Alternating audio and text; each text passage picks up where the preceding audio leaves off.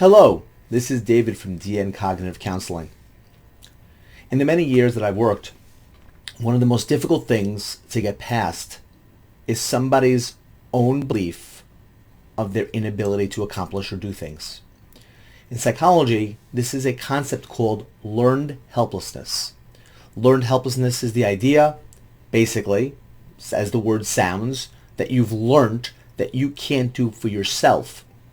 And it is the worst form of self-destruction that I've witnessed and worked with through the years, where people who have capability and ability stop themselves because of the belief that they cannot do, that somehow they're lacking. There's been a debate that's been going on in actually the African American community in reference to the ideas that I've been discussing in the book of White Fragility and the idea of systemic racism in general and what it means and what you have to do about it. And this debate is actually a very strong debate going back and forth, and it actually has real ramifications in how people see the world. And those ramifications will determine how strong this learned helplessness gets either reinforced or enforced or disparaged. I'm going to be breaking down two debates, small ones. One is between Bob Woodson and Hank Newsom. Bob Woodson has been a member working for many, many years to help the African American community, specifically in reference to strengthening it and bolstering it from the inside. He very much believes in empowerment. And Hank Newsom is a member of New York's Black Lives Matter. I think he's a founding member of that chapter, and very much believes in the concept you'll hear in terms of his reference, the externalization of that power. Now, why is that important, and how does that work with somebody's learned helplessness is very important to this debate. The second one I'll be discussing is a debate between Wilfred Riley and Roger Graham. Again, one is a professor and one is an author. And again, the aspect is going to be looking at what these things mean. How does this stuff actually work? And how does that work in terms of the idea of learned helplessness?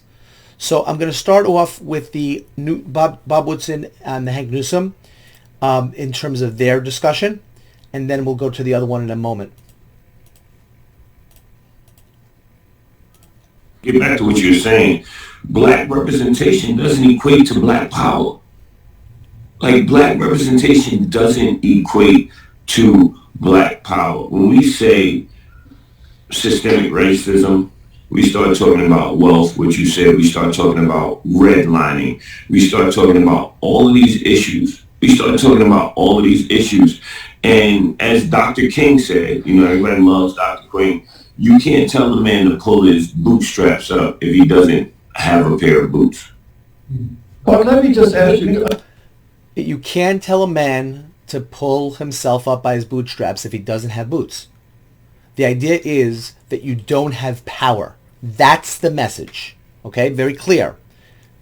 Let's hear Mr. Woodson's response, because I think it's a very powerful one. Again, in Chicago, and you know what that place like now.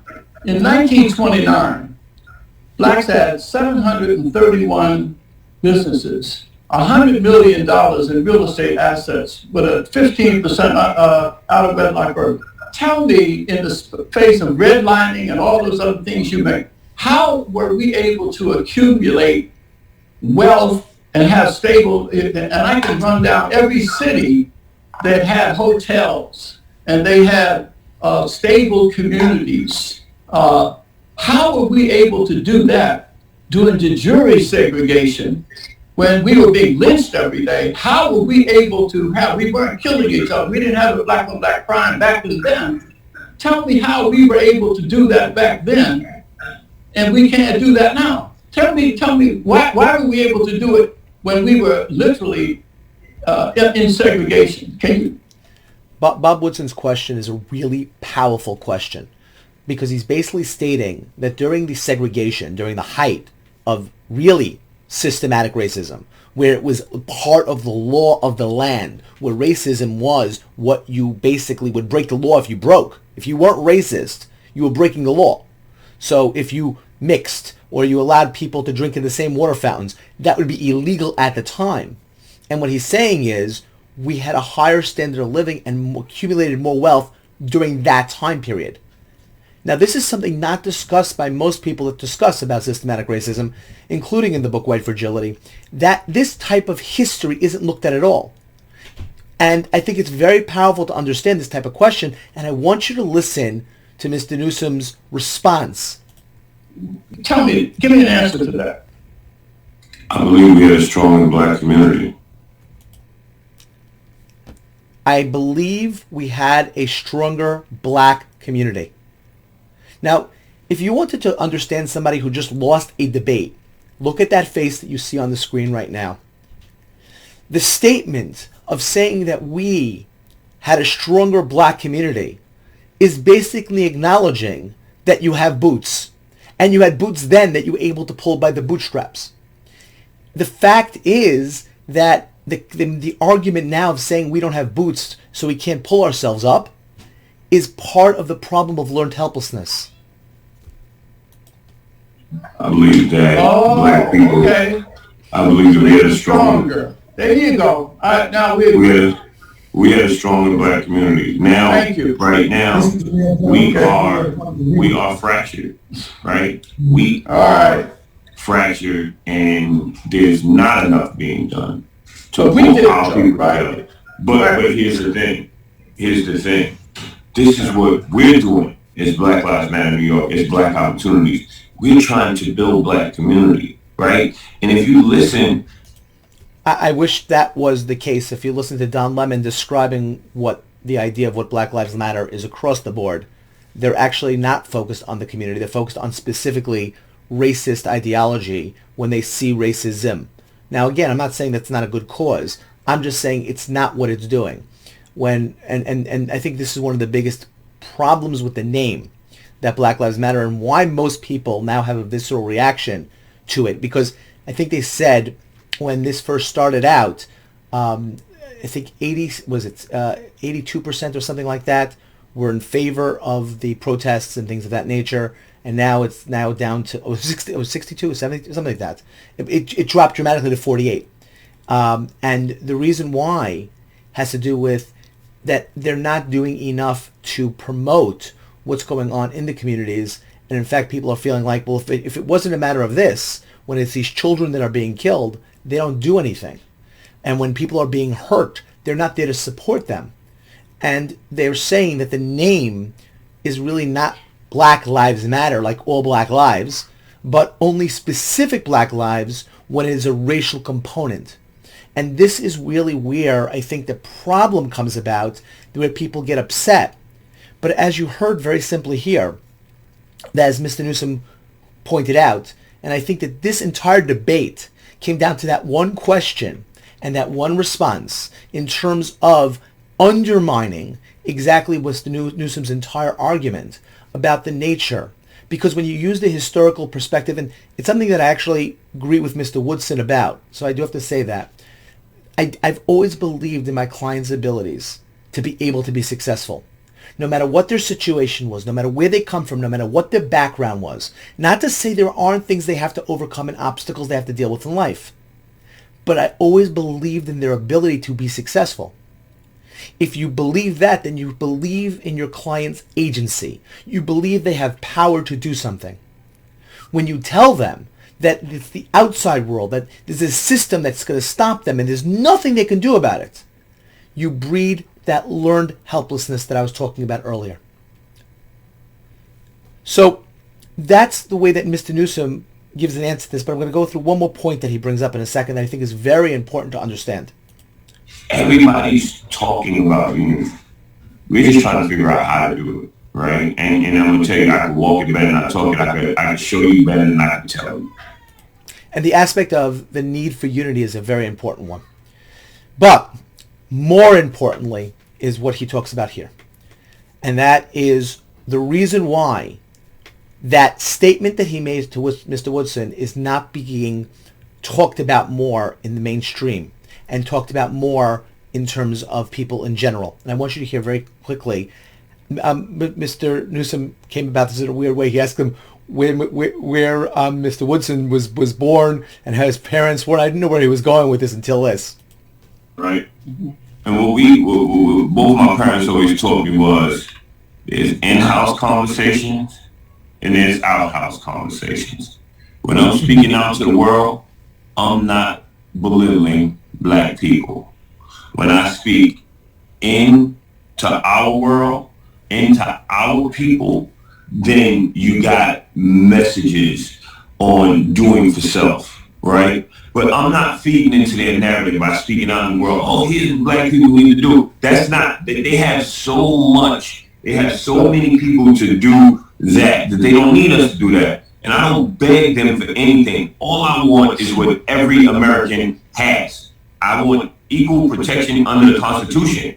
And you or no one else can't tell me that I can't demand equal protection under the Constitution. You can demand it. All I'm saying, I don't think telling people that they have personal responsibility is belittling anybody. I think it's telling the masses, telling the audience. Listen, I don't have two truths. When I stood up and said I was against, let me tell you, when I stood up and debated Julius Chambers on the whole issue of forced busing for integration, I was told, oh, you shouldn't say that because the Klan agrees with it. I said anything, I don't believe that anything is all black, is all bad.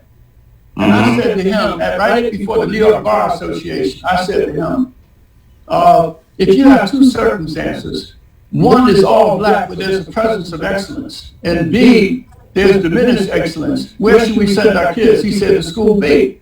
I said, then we got nothing to debate. And there's the issue of learned helplessness. That just those sentences alone show you a vast idea and ideology difference in reference to two people who have very vastly different worldviews and how to tackle a problem. One believes you tackle a problem by doing what makes sense and what's right. The other approach is more emotional and comes from the standpoint of, I want a result. I don't care about the process. That's the in-house, out-house kind of ideology. Yeah, I know there's the in-house issue, but I don't want to discuss that because that'll give other people the ability to say something. I think Mr. Woodson's idea that we should have one truth is a very important point, and I think that it actually should be one truth. I don't think there are many truths to many things. I think that that's a way of people trying to manipulate in order to get things that they like. One of my favorite things in Star Wars is, from a certain point of view. And that aspect of truth from a certain point of view is actually why we have lawyers, because they're always trying to manipulate what truth is. But what I've found and what I find is that when you deal with people, their truth comes out, and that truth is just generally this one truth that comes out about them, whether it be denial, whether it be that they're not recognizing something inside of themselves or their family, or they're not wanting to deal with a specific issue or problem. And when they do, that's when the change manifests or the thing takes place. In addiction, the truth is that I have an addiction, and that recognition of my truth that I have an addiction then leads me the ability to make changes in my life to make it better for myself.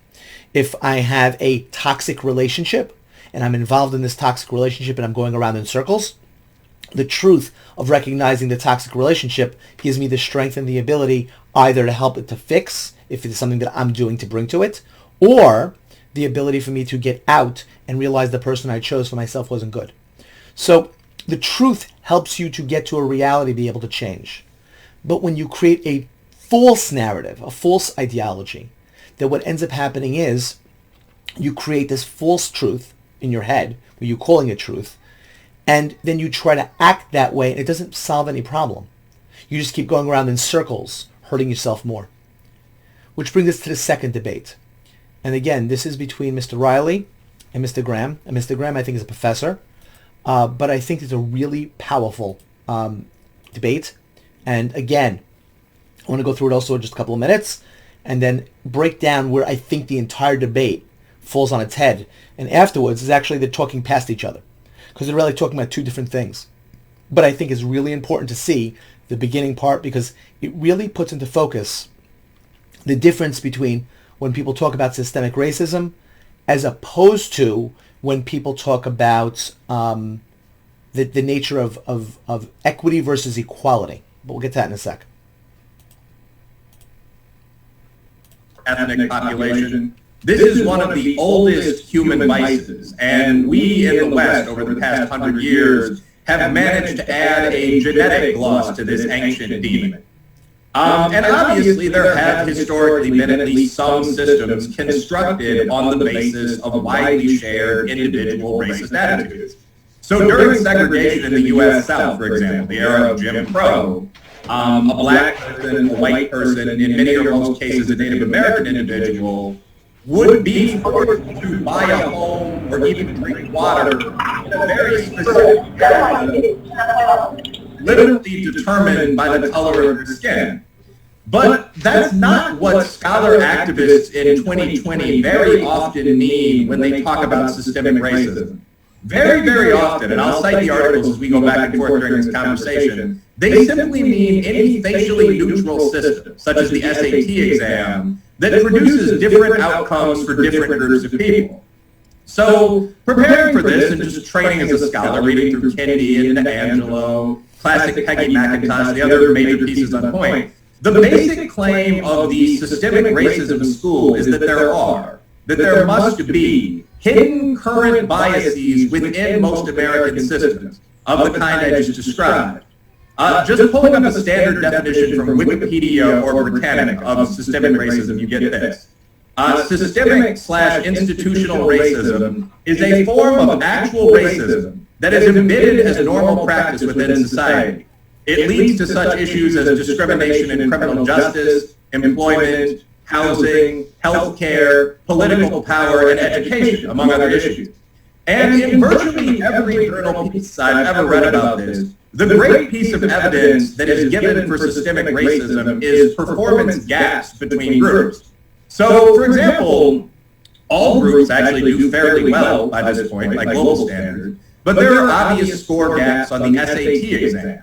The average black kid gets a 950, Native Americans about the same, Hispanics get a 970 on average, that's a mean average, but whites get an 1100 or an 1110 on average in a typical year. And the question has been asked, what could this be but racism? We hear almost annually in higher ed major papers denouncing the test as culturally biased. And quite a few scholars have been extremely blunt in saying that the only two ways to explain these gaps are one, acknowledging this subtle systemic racism, or two, being a bigot or a racist yourself. So Dr. Kendi, Ibram Kendi, argues that the only two possible explanations are one, subtly but definitely biased systems, or two, what, as I recall, he calls permanent inferiority on the part of groups like blacks and other people of color. And I see where he's coming from as a black man. I feel that argument, as the saying goes. We all must oppose racism. But the problem with it is that it completely ignores probably the largest perspective on the center-right in social science and in the business literature, what I call quantitative culturalism. It ignores Thomas Sowell, Amy Chua, Jason Riley, no relation, great guy though, John McWhorter, Sandra and Taylor, Heather McDonald, the Thurnstroms, Dickens and Flynn when you get into IQ and test scores, just on and on.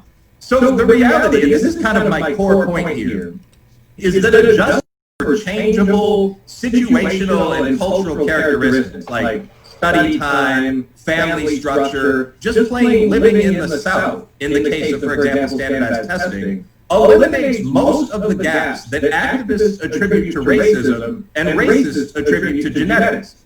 So I think that most quantitative political science, and I wouldn't go quite this far, by the way, but would say that the entire systemic racism argument would collapse if you do either of two things. I believe this is Snyderman and Carmine, so there could be an error about this two-parter, but one, move the debate over to any groups beyond American blacks and whites, for example, Asian Americans generally quote-unquote beat both of those groups, or two, adjust for any major non-racial variables like the ones I just mentioned, average age for an ethnic group, father present, crime rate if we're discussing criminal justice, and so on. So in one sentence, I'm not saying that the bloody history of the USA didn't affect where racial groups are on average today. That would be crazy. But I am saying that there is fairly little current effect of racism within institutions, if you will. If we compare black, white, and Asian guys with the same credentials, and then adjust for obvious factors like affirmative action effects. And that's important. In the USA, last year, all of the wealthiest groups in the country were made up of dark-skinned minority immigrants. East Indians, Nigerians, Japanese Americans, Filipino Americans, Lebanese Americans, as simply as a contestant. So during the conversation that follows our intro speech, and I think Rod and John and I all agree we're not calling it a hostile debate, we want to learn, but I in particular want to do four things. First, I want to acknowledge the obvious research showing racism, at least on the part of individuals. No one on the American center right denies this. Rod will, I'm sure, add some studies here himself. But then I want to point out some of the obvious flaws in those studies, which are rarely discussed, and note how the country has responded to racism. So in 1954, the USA desegregated. You can say began to in the South. They didn't get there immediately, but the process was already well along before that point in the North as a balance. In 1964, we passed the Civil Rights Act that made most forms of serious racism actually illegal. Since 1967, pro-minority affirmative action has been the law of the land. That sentence actually bears some repeating, and I'll get back to it. The Philadelphia Plan began in 1967. We've had 53 years of pro-minority policies in major fields like my discipline of higher education. So, thirdly, in the context of those facts, I want to point out what happens to a lot of the major claims of systemic or institutional racism if you simply adjust for non-race variables. So in my most recent book, Taboo, 10 Facts You Can't Talk About, I look extensively at income and arrest rates, for example. And as I noted recently in a TV interview, black Americans make about 85% as much individual income as whites. So that's a sizable 15% gap, and that is invariably, in the sociological literature I've read, attributed to quote-unquote subtle racism. But the gap, in fact, entirely disappears if you adjust for just four things. One is age. The most common age for a black man is 27. The most common age for a white man is 58. Point two, whether or not someone lives in the South. Wages and salaries are much lower for all groups in the southern third of the United States. More than half of all African Americans live there. Third, years, not quality at all, of education. And fourth, basic test scores. Making those basic adjustments in any standard regression model reduces the disparity to about 1 or 2%, which may in fact be the effect of pure racism. But similarly, the quote-unquote new Jim Crow gap in incarceration, or for that matter in police shootings, almost completely disappears if we adjust for crime rate. As reported, of course, not by potentially biased police departments, but by crime victims. There's an annual document that does exactly this. It's based on intimate, anonymous, same-race interviewer talks with more than 200,000 people. It's called the BJS, or the Bureau of Justice Statistics Report. And according to that document in 2018, the African-American violent crime rate was roughly 2.4 times the white violent crime rate. This almost entirely explained any disparities in arrests, and it more than explained disparities in police shootings. So again, we still see some 5 or 10% gaps specifically in sentencing. Life is not yet perfect. No one denies there are individual bad officers, but the claim... It's funny, is the one place where I see the most amount of racism is the place that he put out that we still see it in sentencing gaps in the justice system. And I've witnessed this myself. When I talk about the ideas of systematic racism, the biggest place that I've seen it in my practice has been exactly in the place that he's saying that it's there, statistically. And it's one of the places that get me very frustrated in terms of dealing with our illegal system.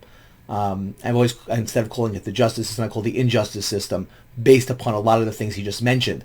I hit a lot of that 5 to 10%, and I think it's closer to 10% than 5%, but in terms of that, it's interesting in terms of the stats that he went through, that you'll see that as being a racial issue as opposed to being all the other factors, issues that he was talking about. And it's interesting that That's the one place I've seen it in my career. There's an epidemic of police violence against black people based on subtle bias throughout systems, a phrase I've heard often. Once you actually adjust for what a CJ, a criminal justice scholar, might call density of crime, that just doesn't appear to be true. And scholars I've spoken to and worked with, Roland Fryer, the Michigan State team, Heather McDonald, et al., have come to this conclusion over and over and over again. So, finally, in the conversation, I also may compare any remaining gaps that blacks and others do face, which we can attribute to bias, to those faced by women, gay men, poor people, rural kids, etc. We often tend to think of privilege in this crude, univariate racial sense, and that's a major mistake. And finally, I'm going to point out sort of the forbidden obvious. All of this doesn't just cut one way. Minority Americans now have major advantages when we apply for any affirmative action college slot, any employment position with the Fortune 500, any job with the now more than 24% of businesses that are black or Asian or otherwise minority owned. So in 2020, my final point here, American race relations aren't a story of unceasing oppression that's so much a part of the system that we can't even see it, but rather of a complex network of advantages and disadvantages in negotiation. I've been harassed by the police myself, but I also got to go to law school for free because I'm black, and I look forward to discussing both today. It's very sad that he had to be harassed by the police himself. And I think that that is part of the issue and part of the problem. And this is where, the legitimate issues, and again, many of my clientele have reported the same things over the years about the harassment and things of that nature that really should be illegal and not be able to happen. That is part of the problem. On the other hand, all the things he mentioned in terms of the ability for success and the ability for people to be able to pull themselves up, that they're not helpless in this system, is incredibly important. So it's not a matter of that there is no racism and there is no systematic aspects of it. It's that when you take a look at the entire system, it's not as clear to be putting everything in that systematic racism bucket. And that is true. Now, I think that his points were really good, really valid, and actually looking up a lot of the stats that he put up here, it's just factually true what he's saying. Now, the response to this is fascinating to me because what the person that responds, and again, this is Roger Graham, a professor in college, doesn't address the actual substance of the argument. Instead, he actually rephrases again what Wilford said earlier about the definition of systematic racism, and I'm going to point that out in a minute. Will, thank you very much. Thank you very much. Okay, we're off to a good start. Rob? Okay, all right. So this is nice. I like the fact that Dr. Riley will focus on a lot of legislation, some political science aspects, and was really quant in how he spoke about things. That's wonderful. So that gives me a good counterpoint because I can talk about the quantitative data, but also some qualitative studies and some field experiments that shows just how prevalent race is. So you can tell just in that early statement that I guess I'm thinking a little different than Dr. Riley, because I do believe that systemic racism is endemic in society. I might agree with him that it's not as important to a black person's life as maybe Kennedy or D'Angelo would argue, but I do think that it's important and it does impact the lives of black people.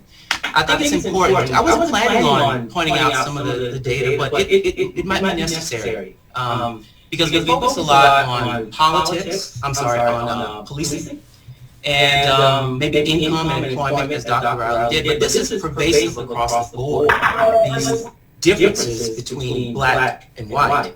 And that's worth knowing, because that might point to something that's broader than we imagine. So if we look at health, life expectancy, as we would suspect, is lower for black Americans than white Americans, especially black males. The life expectancy is 71 years, and for white males it's 76. For black women, it's 77. For white women, it's 81. Obviously, we know about the employment rates. Historically, it's been the employment rate has been twice as high for black people than white people. I don't know what it is right now, but I think it's historically how it's been. Income, obviously, about a quarter of Black Americans are in poverty, whereas it's 1 in 10 white Americans. Just go on and on. We can look at educational attainment and achievement. I believe that Dr. Riley pointed out achievement, which is the SAT scores, and there are arguments there, and also attainment. That's actually a little murky, because black people tend to do fairly well with attainment, but not as well as whites, but better than Hispanics. So we have that. We've got neighborhoods we're living in, home ownership, all of these different variables. So almost every important social outcome across the board, we see that blacks do less well. And I want to point out that it's less well, because it's not as if blacks are doing poorly. This is a relative thing. We're saying relative to white population, the black population is not doing as well. So that's important, because a lot of people may say, well, this is the 1960s, this is no Jim Crow. Yes, that's absolutely true. Black folks have done much better now, are doing much better now than in 1960, but it's relative. In some cases, it's actually worse. So I didn't mention wealth, but it's crazy, the wealth disparities between white and black, and it has... Now, I have to stop there for a minute, because this is a horrible argument. The wealth disparity between rich and poor has gone dramatically increasing across the board. Forget about white and black. Just take the poorest of whites and the richest of whites, and just take that group and see the wealth disparity as you go through history. And the answer is, very simply, we now have billionaires as opposed to millionaires. It used to be that if you were a millionaire, that was huge.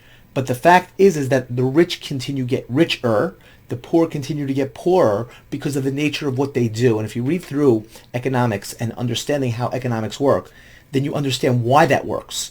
So this idea that if through history you're going to see this going like this is absolutely true. You're going to see these two lines like this, but that's for everybody who gets poor and rich. That's why it's so important to learn about finance and to learn about how money works and to learn about these concepts that sadly are not taught in school. But the point is, the nature of what he's saying is untrue. That's a systematic racism issue. That's a economic issue. Now, all the things he mentioned are absolutely factually true. Those are all disparities. But what he doesn't do is explain how Wilford is wrong in what he said about when you take other factors. In other words, Graham is basically saying, Mr. Graham is saying, that is all because of systemic racism. That's going to be his argument. He's actually going to give these, I'm not going to waste the time, but I'll leave the link below for this video as well as the other one, so you can see for yourself. But Graham is going to basically say that those disparities prove systemic racism, but doesn't address Mr. Roderick's point that there are other factors that create those disparities. And that's the problem. And the nature of running to one answer without understanding anything else is problematic. And that's why it's so important for us to know what's true. And it's got to be one truth about what's going on in reality, where there is really systemic racism. And again, I do believe, and again, I don't know the facts on it totally, but I do believe in the justice system. And again, Mr. Riley says that the stats do show it, and again, in my career, I've seen it. So it would make sense that there is tremendous disparity. And again, 10% across the board, it would be horrific. But I've actually seen that in the justice system, and there definitely needs to be justice reform in that area. And I would love to see more of us as a nation taking a look at where those disparities are, finding out what the real reason is, and then see what we could do or not do about it. But this idea, if I'm on this side, you're on that side, and somehow we need to fight each other, is ridiculous. And the other idea that somehow you are born into this situation and you can't do anything about it is just as ridiculous. We have to get rid of this idea of learned helplessness. Nobody is helpless. Everybody can do something to better their lives in some way. And we want to empower people to do that. I hope that you liked this video, and I hope that you hit like if you did. If you disagree with anything I said, please put a comment below. I'd love to respond. And again, if you haven't subscribed already, please do. And if you haven't like to become a patron to this, please go to the Subcribe-star link below. And again, I'll link both videos down below so you can see them in their entirety if you like. I took out what I thought was the most important for this concept, but the two were very interesting, and I'm sure there's other things that people would pull out from them as well. I thank you very much, and have good mental health.